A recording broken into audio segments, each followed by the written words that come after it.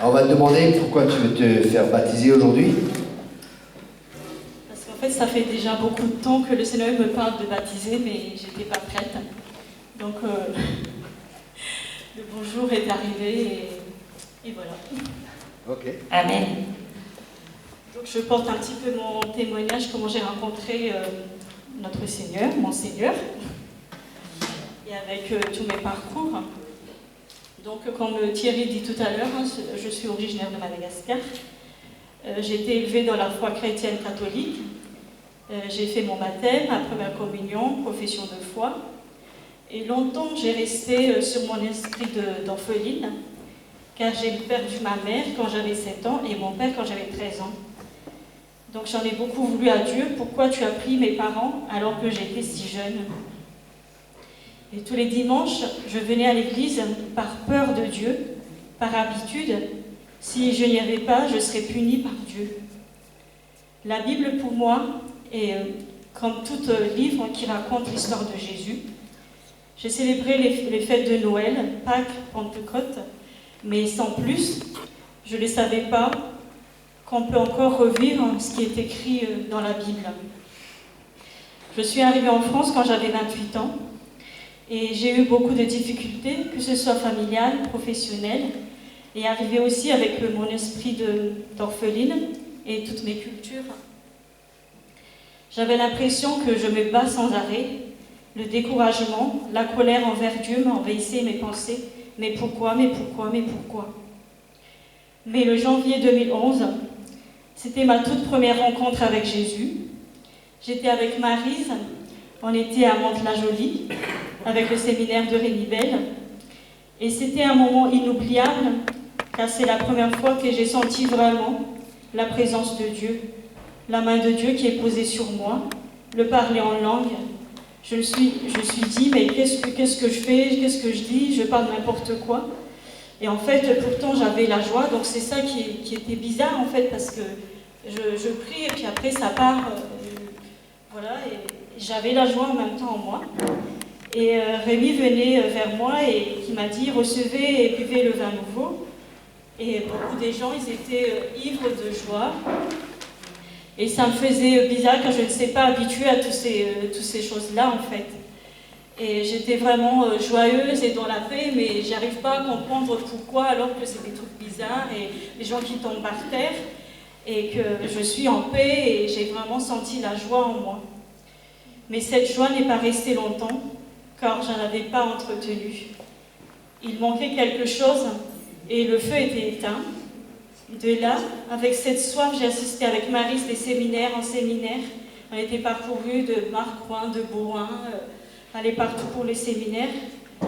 Donc lors du séminaire à Marcoing, un séminaire avec Rémi organisé par Delphine et Bruno, et là il y avait une chaleur qui montait à l'intérieur de moi. Et en fait c'était inexplicable. J'avais reçu une vision et une phrase qui est gravée encore dans mon cœur, qui m'a dit que tu es ma fille bien-aimée et à qui j'ai mis toute mon affection. Et à ce moment-là, j'ai senti un poids, une douleur qui est partie de moi et j'étais en larmes. J'avais une prophétie que je suis une fille de Dieu, une créature merveilleuse de Dieu, une prophétie sur l'amour du Père qui ne m'abandonne jamais. Au retour, j'ai cherché dans la Bible tous ces passages, ces versets, et après j'en ai dit, waouh, le Seigneur m'a parlé. Et j'ai découvert que la Bible n'est pas un simple livre, mais c'est un livre contenant des paroles vivantes. Avec Maryse, j'ai cheminé petit à petit. Après, j'ai fait la rencontre avec la Shekinah, donc Delphine et Bruno, où j'ai trouvé cet amour de parents que je n'avais pas. Non seulement qu'il m'a aidé dans mon cheminement avec Dieu, mais aussi une aide pour me faire grandir à travers les enseignements et approfondir la parole qui m'a encouragée à aller plus loin dans ma relation avec Dieu. Dieu ne punit pas, il est amour. Alors là, je n'ai plus lâché. Comment je m'a dit, tu es grande et en fait tu résous tout par ta foi. Ben oui, mais ça marche, il faut qu'on ait la foi en Dieu. Et l'enseignement nous a appris que la Bible est notre trésor, avec une valeur inestimable. J'ai aimé m'enfermer dans ma chambre et entendre la voix de mon Père. Et j'ai transmis ça aussi pour mes enfants et aussi pour Robert qui fait son cheminement.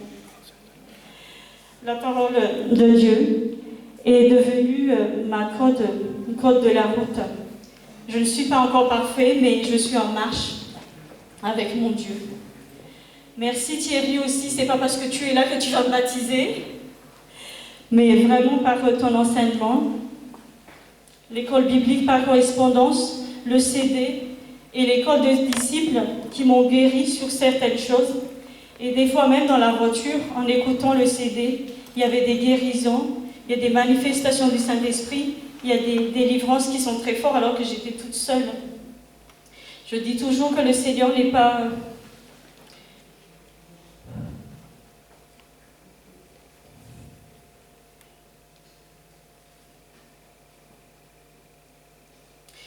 Je dis au Seigneur, j'ai pas beaucoup de temps pour lire, comment je fais.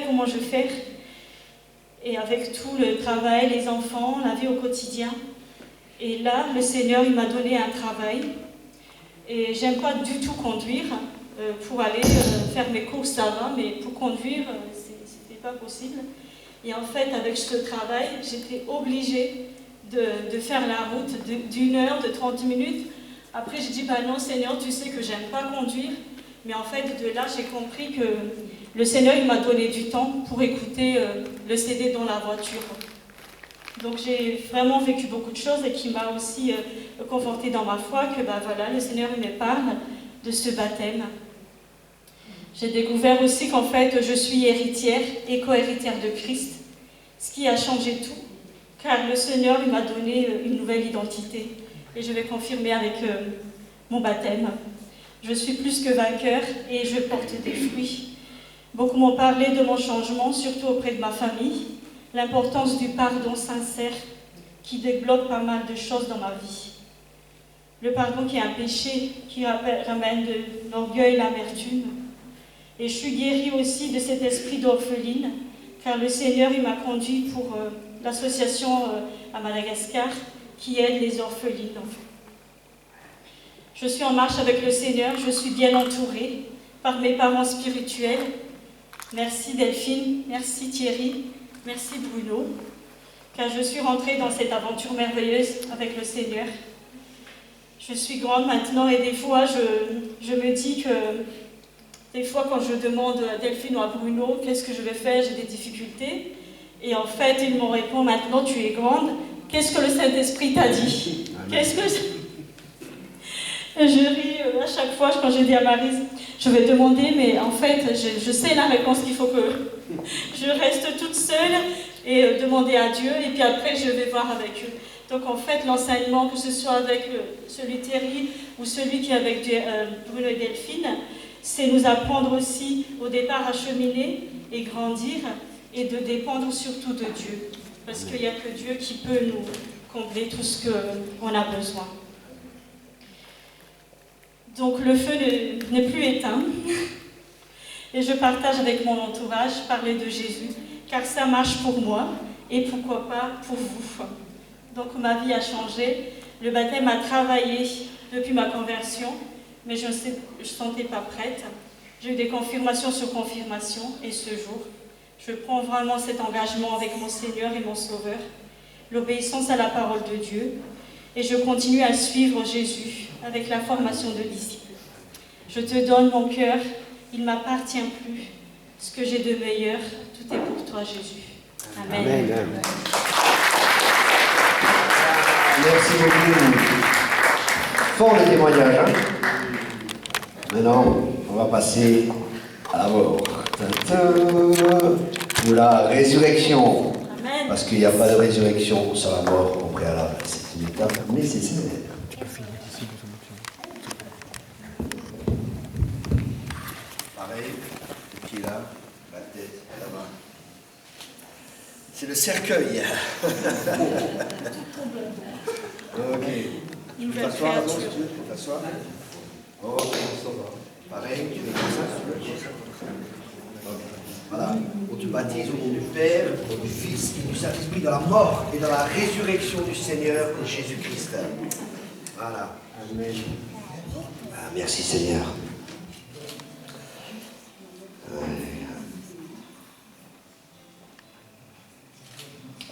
J'ai vu ta démarche aussi et j'ai vu l'attitude de ton cœur.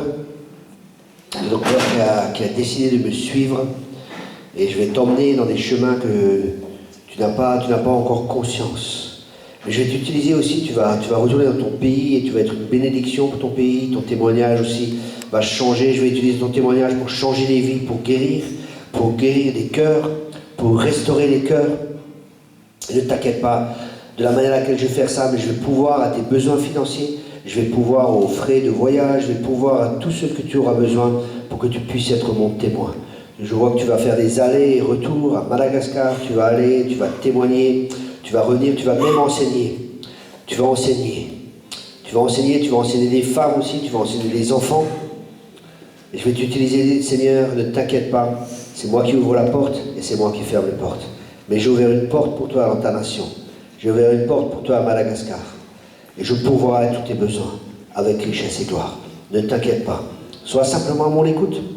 Et quand je te dirai d'aller, va, les finances seront toujours là pour payer tous les frais, payer les billets d'avion, pour payer tout ce qui est nécessaire à ce que tu puisses accomplir la mission pour laquelle je t'équipe. Alors va et ne crains pas. Car je suis ton Père, je ne te délaisserai pas, je ne t'abandonnerai pas, et je pourvoirai à tous tes besoins avec richesse et gloire. Alors ne t'inquiète pas, mais dépose tout à mes pieds. Dépose tout, à travers les prières, décharge-toi de tout souci, et fais-moi confiance. Je te conduirai par des chemins dont tu n'as pas encore conscience. Amen.